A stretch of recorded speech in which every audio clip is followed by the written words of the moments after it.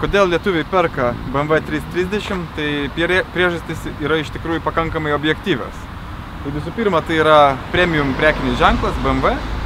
Antra, tai yra pakankamai galingas dizelinis variklis. Ir trečia, lietuviams sąlyginai patrauklios degalų sąnaudos.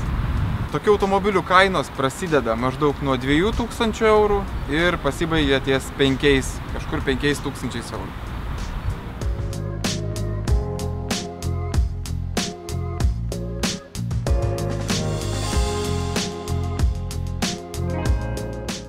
Kadangi jų yra nemažai rinkoje, tai aišku ir tenka dažnai remontuoti, o kas dažniausiai pasitaiko, reiškiasi, kas liečia variklį, įsiurbimo kolektorius dažnai leidžia tepalą per tepalo aušintuvą, tepalo filtro korpusą pasitaiko tokie dalykai.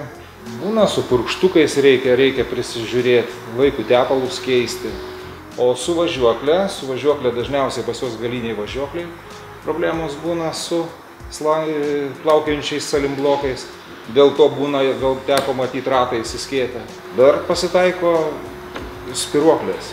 Irgi dažnai būna lūžusios, tenka keisti spiruoklės.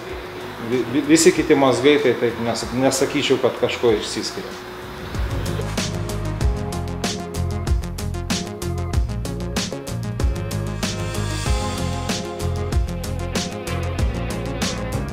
Perkant tokį automobilį, reiktų gal iš tikrųjų pasitikėti profesionalais, kurie pasitikrinti automobilį prieš perkant. Jeigu nėra tokios galimybės, kiek įmanoma pačiam, o pačiam tai ką, apeiti kėbulą, matosi kėbulas dažniausiai siūlės sueina, nesueina jos, kaip atrodo, reiškiasi. Gal yra galimybė dažų sluoksnį pasimatuoti, tie įrengimai nėra labai sudėtingi ir brangus.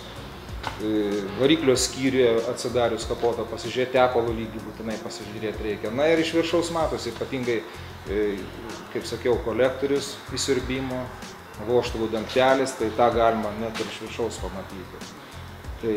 O jeigu yra galimybė pasikelti, tai būtinai, nes tepalo tas nuotėkis, jis ypatingai pasikėlus matosi, kada teka per visus šonus ir iki pat apačios.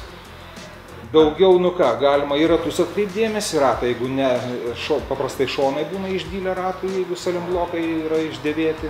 Įsimėginti tiesiog, atsisėdus pasižiūrėti, reiškiasi visus elektrinius įrengimus, kaip veikia kondicionierius, variklis, kaip jisai dirba, barška, nebarška.